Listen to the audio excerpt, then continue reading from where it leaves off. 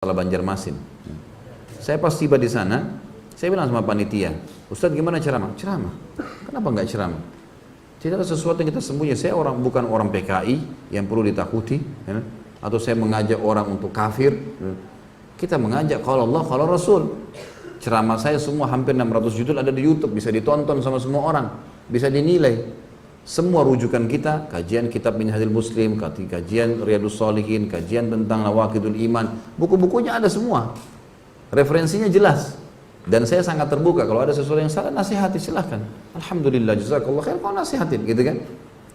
Tapi rupanya tidak tahu surat itu dari mana, tidak ada kop suratnya, tiba-tiba main mengancam. Ini semua hal yang sama sekali jauh dari adab kaum muslimin. Ya. Di Indonesia, teman-teman yang tanda tangan di situ mengatasnamakan, gitu kan, mengatasnamakan lembaga-lembaga mereka. Masa kalau Natal jaga gereja? Hah? Masa pemimpin non-muslim didukung? Masa pabrik sendal yang tulis lafzul jalalah mau ditutup kemudian mereka bela?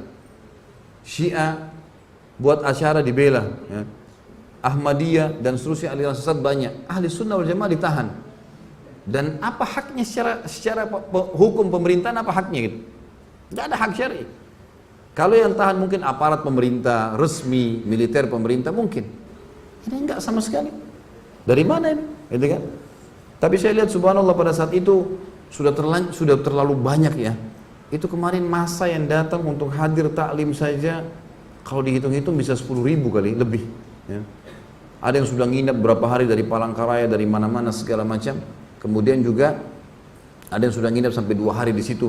Akhirnya di tempat yang saya nginep, jazakallah khair Pak Haji yang undang itu, ngumpul semua ikhwah. Masjid tahu tidak datang, saya ditahu di sini datang semua. Akhirnya terpaksa saya buatin taklim di rumah. Tapi apa jawaban saya teman-teman sekalian? Saya bilang, ikhwani. Dan itu betul juga ada akhwat. Kita harus tahu satu hal. Tidak ada dalam agama itu tidak ada cobaan. Ada cobaan. Dalam dakwah ada cobaan, dalam makan ada cobaan. Ada cobaan. Kita anggap ini ada saudara-saudara kita muslim yang tidak ngerti apa-apa tentang keadaan, belum kenal saya, belum tahu, main langsung vonis, apalagi ditulis Khalid Basalamah pemecah umat ini. Apa yang pemecah umat? Apa yang saya pecahin? Hah? Kalau saya disuruh pecahin telurnya mungkin iya saya pecahin telurnya supaya makan gitu. Nah, apa yang dipecahin gitu? Ya. Jadi akhirnya ditulislah hal-hal yang tidak benar. Saya bilang jangan balas kebodohan dengan kebodohan. Ingat, saya minta antum dengan tenang, ribuan orang pulang, jangan buat keributan, jangan balas kebodohan dengan kebodohan. Sudah selesai, nggak masalah. Saya pun akan balik ke Jakarta, gitu kan. Jangan jadikan sebagai sebuah masalah. Ini cobaan. Nabi SAW bahkan dilempari batu di kota Taif. Gitu. Sabar beliau berdakwah, sudahlah. Ya, tidak ada sesuatu yang perlu kita khawatirkan. Jangan balas keterburukan akhlak kecuali dengan kebijaksanaan. Harus begitu, kedewasaan. Udah selesai. Alhamdulillah saya dari kecil sudah terbiasa memimpin lembaga. Artinya sudah biasa dari kecil, dari SD dipilih jadi ketua kelas, jadi begini sampai saya ngajar di kampus di Makassar jadi wakil rektor, kemudian saya jadi ketua yayasan berapa kali. Udah biasa mimpin dan saya udah biasa hadapin banyak karakter jemaah di pengajian dan seterusnya. Gak perlu kita balas dengan emosi. Saya gak perlu bilang itu serang sekalian, ribut. Alhamdulillah. Dan saya tetap berdoa kepada Allah mudah-mudahan teman-teman diberikan hidayah. Siapa tahu malah dengan dengar ceramah insya Allah malah lebih baik gitu kan. Tapi ini tidak boleh terjadi. Apalagi di kalangan ahli sunnah wal jamaah. Nggak boleh sama sekali terjadi. Saya juga warga negara Indonesia sampai salah satu pengacara sana bilang, Ustadz ini kalau antum yang sedang diserang, antum warga negara Indonesia. Bisa menyampaikan apa saja sebagaimana pemabuk bisa ngomong apa saja di jalanan. Nggak ada urusannya. Kalau materinya silakan disimak. Kalau ada masalah baru disampaikan. Itu pun ada jalur hukumnya. Jalur hukum bisa disampaikan. Baru kemudian ini kalau tiba-tiba mau mengancam saja surat, dilempar begitu saja tanpa ada kejelasan. Sekarang malah dibumbu-bumbuin tuh. Karena dianggap tidak berhasil dibumbuin tuh. Oh sampai gubernur nolak, sampai segala macam hal. Ini tidak benar semuanya.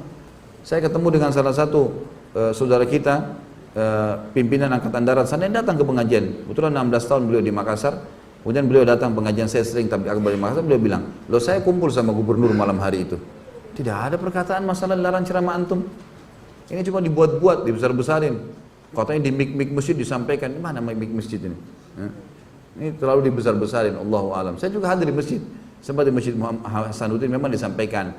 Kalau ceramah Ustaz Khalid ini tidak diminta disampaikan gitu kan.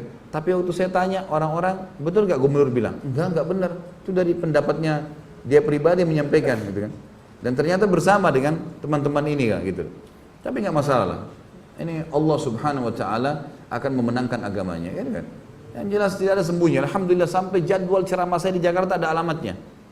Ada kontak personnya, nggak ada yang saya sembunyikan. Ceramah semua diupload di YouTube. Antum rekam nih bebas, nggak ada yang larang. Ada yang salah, akhi nasihatin saudara muslim, ya. Tapi mencegal ceramah, sementara gereja yang jelas Nasrani dibendung, dilindungi. Gimana akal sehatnya nih? Kan begitu. Tapi ini semua adalah emosi belaka yang tidak ada hasilnya sama sekali. Dan ini berbahaya teman-teman sekalian. Terlepas daripada saya, saudara muslim yang disakiti atau dihina atau sampai apa, ini berbahaya pada hari kiamat. Bagaimana kalau ketemu hari kiamat nih? Hah? Rebut-rebutan pahala. Saya sih terima transfer, gitu kan? Loh iya. Kalau antum gimana? Kan itu. Tidak ngerti, tidak kenal, kan gitu masalah. Kecuali sempat minta maaf, silakan. Dan ingat dalam Islam, kalau kita memaafkan saudara muslim kita yang sedang berbuat salah, kita dapat pahala. Tapi dia belum lepas dari hukuman sampai dia minta maaf. Garis bawah itu ya. Makanya dalam Islam kalau ada yang ghibah, ada yang fitnah kita, kita maafin itu sudah pahala buat kita. Itu perintah agama. Tapi selama dia tidak minta maaf, dia tidak lepas dari hukuman. Karena hukum syar'i memerintahkan dia minta maaf dulu. Kita memaafkan ibadah bagi kita. Wal afina 'anil nas, kata Allah. Orang yang suka memaafkan orang lain, seperti itulah. Allahu a'lam. Jadi ya, jangan memperbanyak musuh pada hari kiamat, teman-teman sekalian. Sibukkan diri dengan hal yang positif. Ingat selalu itu. Kita akan meninggal dunia dan ada tanggung jawab hari kiamat. Allahu a'lam.